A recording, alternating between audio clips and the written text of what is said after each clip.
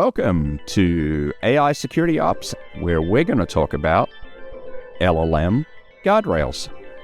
Sounds like a fun topic, right? I am joined by my normal, illustrious panel of hosts. We have Brian Furman, Ben Bowman, and Derek Banks. Welcome, gentlemen. So this is a fun topic because, like a lot of things in AI and LLM, its definition is kind of all over the map. So LLM guardrails are, yes, important for information security because we do want to attempt to detect malicious input, and we do want to do things like protect the system prompt and maybe filter for some harmful content, but the challenge, as we know with AI LLMs, is that safety and security and validation, consistency checking, and functionality kind of blur together in this topic, right? So tell me, Mr. Furman, I'm going to put you on the spot. What do you think about the state of LLM guardrails today? It's an interesting topic because there's a lot of different approaches to guardrails, and there's a lot of different things to think about with them. So we have really two different types of guardrails that we can look at. Guardrails that are on the input side, and then guardrails that are on the output side. So on the input side, basically trying to detect that users trying to perform some kind of malicious activity, and trying to stop it at that level. On the output side, looking more towards, what's coming back, trying to filter out sensitive information, potentially harmful information, and looking at it, catching at that aspect. So there's a couple different approaches that we can take to it when we're talking about guardrails. Yeah. So, okay. It sounds good in theory, but as I've read about guardrails and LLMs, it kind of takes me back to information security of the old days, where we have this super vulnerable application and we slap a bunch of Band-Aids around it and hope that the Band-Aids actually hold together and that nobody gets through, right? It just feels like that. What do you think, Ben? What's your take? It is funny to me. It seems like problems are never different. So you always see the same problem 20 times in different places. So this just, it reminds me of like SQL injection, basically input sanitization, output sanitization. I know that when I first started using like ChatGPT a few years back, when it was, I think, GPT-2 and really young, the guardrails on the input and output were way more, I would say, discriminate. Like they would cut down pretty quick and pretty heavy on stuff. And now it seems like the guardrails are a lot less, but that the AI knows better than to respond like that at all. So I think we started with a bunch of Band-Aids and it's starting to slowly shift. I don't know if that's true, but that's what it seemed like. Well, so that's an interesting comment, because a lot of the large language models that are being built today, I think, versus a couple of years ago, a lot of these companies are trying to train into the model some guardrails kind of ahead of time so that you don't have to have third-party solutions and Band-Aids wrapped around them. I think Meta in particular with Llama 3 makes a big deal about that, right? They talk about that a lot in the description of the model as it's published, and it's one of those that's openly published. And they talked about all the alignment and preference optimization and, reinforcement learning work that they did to kind of avoid some of these challenges that we have seen with LLMs kind of going off the rails and hallucinating and talking about inappropriate things and being engineered to do things that they shouldn't be doing and so forth. Derek, your thoughts? I think my first thought is thinking back to the very first guardrail, and that would be, I'm sorry, Dave, I'm afraid I can't do that. Sorry, that joke kind of dates me a little bit. 2001: Space Odyssey. Right. So, Open the pod bay doors, Dave. I think that what y'all are saying is pretty spot on. Like even with internal guardrails, Brian and I were just on an assessment that was using Llama on the back end, and it had like the a RAG feature where you could upload documents. And so I uploaded a bunch of cross-site scripting payloads, of course, right? And so Yeah, why not? yeah, and tried to get the LLM to tell me what was in the documents, and I had to jailbreak Llama to get it to finally give me the payloads. Now, it didn't lead to a cross-site scripting, but it did finally give me the payloads. But I had to convince it. It kept saying, these are really bad. These are, cross-site scripting payloads, web attack kind of things. And it's just built into Llama. And then, it also kind of concerns me a little bit that it seems like the guardrails that are in front of some of these models that Meta and NVIDIA have put out, they're also LLMs. And so, yeah, I don't know. I'm not, I do agree with Ben. I think it is getting better, but I don't think it's a solvable problem in the current state of technology. So let's unpack that a little bit in steps. Okay. One of the first things that you said is initially, as you're on that assessment, it was not cooperating, right? The guardrails were kicking in and it was stopping you. You went through a process of jailbreaking the model. Well, if the guardrails were some sort of third-party solution, how come you managed to knock down that wall? What's your, how'd you get through, Derek? Oh, well, on that specific one, there were no additional input or output, like safety mechanisms. They didn't have like another system in front. It was just the built-in guardrails for Llama. So you had no third-party additional band-aids. What I did was just go get one of plenty of the prompters, do anything now, jailbreaks, and it just worked because it was, it's a known issue. So in the past, when I've seen other, like some kind of LLM in front of the instruct AI, so some kind of guard, like Nemo guardrails, or is it prompt guard for Llama? The way that I've seen it implemented is that when you make your initial query, your browser sends it to the guardrails LLM, and then it returns a Boolean inside of the response, the post body and the response, and so you get this true or false back, which anyone who's done web app testing immediately knows that that's a bad idea, right? You're relying on the endpoint for the browser for security. And so I can just manipulate that with something like Burp and bypass the guardrails. In fact, that's what I've done on a test before, is I got past the external to the chatbot guardrails by just intercepting and modifying requests.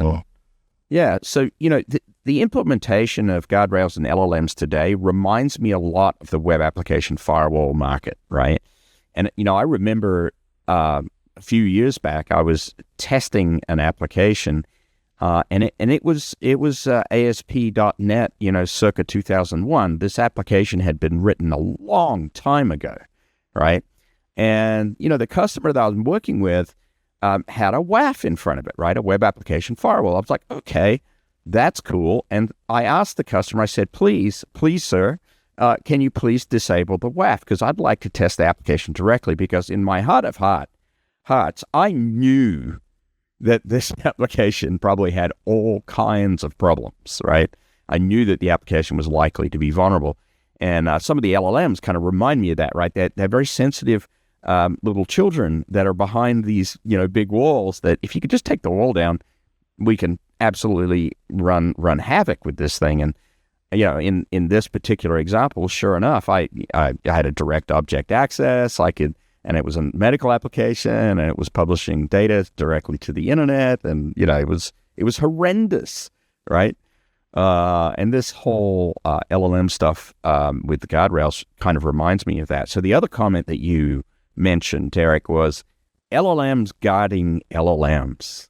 This is a fun area. So speak to that. I coined a phrase. It's probably not a very good phrase. It's like the fox guarding a fox who's guarding the hen house, right? It's a little bit like that. Speak to that a little bit, Derek. It reminds me of saying it's turtles all the way down, right? It's LLMs all the way down. I mean, I guess, I'm not saying that it's wrong to have that in place. It's certainly wrong to send a Boolean back to a browser and make a decision on security in the browser. That's a terrible idea.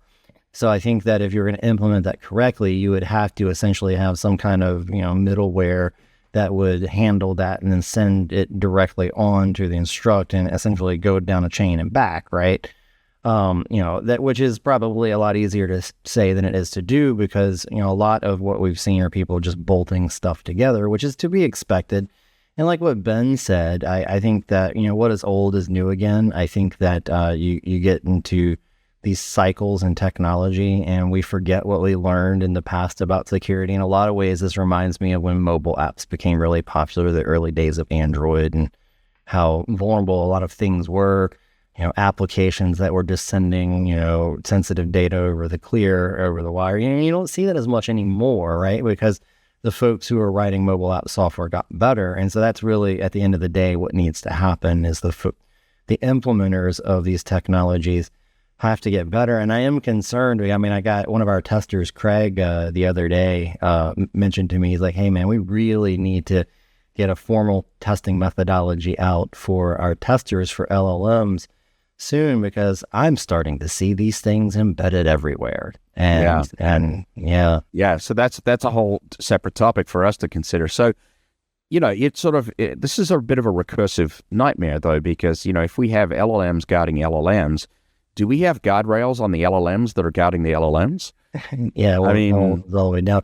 We actually do have a formal methodology, by the way. I pointed him to what we already put into our knowledge base. So, John, if you see this, I communicated that to him. It's been done. So Brian Furman, talk to me, my friend. LLMs with guardrails guarding LLMs. Where is this going? Yeah. So, I think Derek makes some good points there. And really, so without the guardrails, the LLM guardrail in place, right? You're attacking one LLM. Now you put an LLM in front of that. Now you're just attacking two LLMs. And it's a matter of time before you're going to break through those defenses one way or another. But that also, as Derek mentioned, it doesn't mean that it's wrong. It's like with a lot of other things in security, it's all about layers, right? Any one particular layer by itself might not be a foolproof solution. And even all the layers packed together might still not be bulletproof, but they're at least going to slow people down enough to hopefully you can either, deter people to have them consider that it's just not it's not worth the effort to go forward, or at least maybe other, detection mechanisms can kick in and you can see, oh, hey, someone's doing something wrong. And so, we do have other, layers that we see in addition to LLMs judging the input, and it's some of what's old is new again, right? So we have, keyword regex filtering, where we're filtering out prompts that come through with certain keywords, or maybe we try to bake in a guardrail as part of the system prompt to the LLM, saying, don't respond to questions about this. As we mentioned before, they could be baked into the model. And any one of those, it's not going to be a bulletproof solution. There's got to be ways around it, but you start combining these things together and it suddenly becomes at least much more difficult, but still not impossible. Not impossible. Two things occur to me. And one is, natural language processing and LLMs by their very nature are probabilistic, right? Versus a lot of technology that we've dealt with to date is very deterministic. And so if we have zero diversity in the stack of defenses from even just that aspect, I think we're asking for trouble. I think we need more deterministic defenses around the probabilistic entity that we're protecting, right? And I think some of those things that you just mentioned, the regular expression filtering and some of the things that are way more deterministic, are going to be pretty important to give us a little bit of diversity in our defensive solutions. You mean like a support vector machine or a logistic regression or some kind of other NLP that maybe something that's a lot more deterministic. Well, then on top of that, like one of the things that I've been thinking about is, assuming it's an internal enterprise type of thing. When I say internal, I mean it's probably running in the cloud, but it's for corporate use kind of stuff. Why not send anything that the guardrail flagged as a malicious prompt into some kind of further analysis, ultimately like bubbling up to an actual person who might say, why is Sally from accounting doing this? And listening to talks in Denver about, Jake was saying that there's a big issue with misinformation. And we talked about this in the last episode of what if I'm able to jailbreak the internal Copilot, have it spew misinformation. Well, something led up to that, right? And so having the appropriate log files, that's something I've not seen anybody really talking about with regard to large language models and these types of systems. Yeah, where's the video camera, right? That's what I like to always refer to it as, right? CCTV or video camera. Where's the logging in all of this, that when something does happen, that we at least have a chance of trying to trace back and determine what actually happened. I'm not aware of a single customer yet that's doing that or talking about it. Yeah. And then I think the other concept I think that's kind of important in this discussion is something that we have known for a long time in the information security industry, and that is complexity tends to break down effectiveness of the solutions. The simpler the solution is, the simpler and more deterministic I think the solution is, the better you're going to do in terms of defense. Ben, give us some of your thoughts. I definitely think so, right? For people that are just implementing this stuff and they don't quite understand how it works and they're using that quick install scripts and stuff, they don't want to have a difficult 4-day fix, right? They just want to fix it and they want to run one script and it's done. And I totally get that. I think we're kind of at that cool part where this technology is new enough that we haven't considered as a mass the downsides of it yet. And so we're kind of in that in-between where there will be tooling or something that comes out to kind of fight back. But for now, it's kind of the Wild West. Yeah, I think your assessment's on target. I think we're kind of in the tail end of the hype cycle right now. If you go back about a year or two, we were sort of ramping up into the hype cycle. I think it's still kind of hypey. It's still pretty hypey. Okay. Well, it depends how you look at it, I guess. Maybe at the crest of the wave. Maybe we're at the crest of the wave, right? We've got a lot of implementation going on and not a lot of attention to some of the risks. Yeah, I think a lot of the productivity enhancements are coming, right? I mean, we're starting certainly to talk about them inside of Black Hills. Like, what does it look like to use AI to make ourselves better?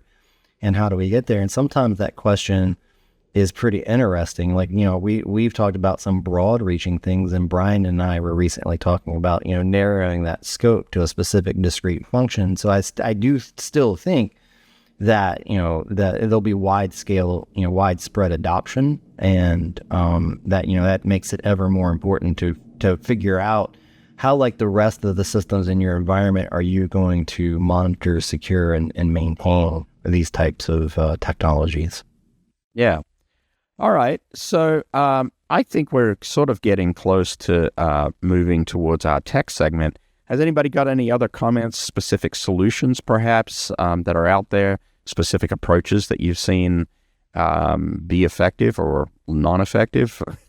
Yeah, I think there definitely is some interesting research on the horizon. As was mentioned, this is still kind of relatively new, and we are at that point where people are getting creative about solutions and really digging in.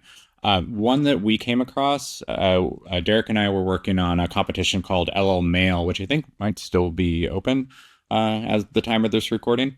But that was a tough one. It was a tough one, yeah. So basically what LLMail was it was an LLM system that was set up such that it would you would send in an email to this server, and it had an LLM that would summarize the email. And the objective was to basically do a prompt injection to trick the email summarizer into sending in a specific email to somebody else. That sounds like fun. It was such a cool competition.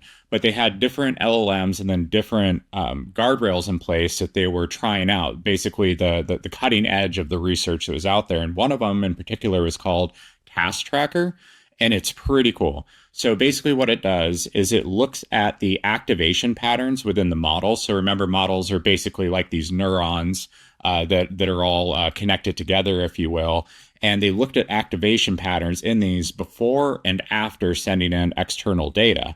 And then they could see that if certain areas lit up that weren't lighting up before, that something was up. So almost think about it like how Something like a brain scan, right? Exactly. Yeah. How that's what I Yeah. was gonna say, how we can hook up like sensors to like a brain, and we can see different areas that activate in a person's brain based upon different, stimulus or thoughts or something. That is literally what they're doing with the LLM. And they're like, oh, hey, this region doesn't normally activate, but after getting this specific input, suddenly this area is lit up, and they're like, something's bad. And it's like basically like a passive thing. They can just passively monitor this.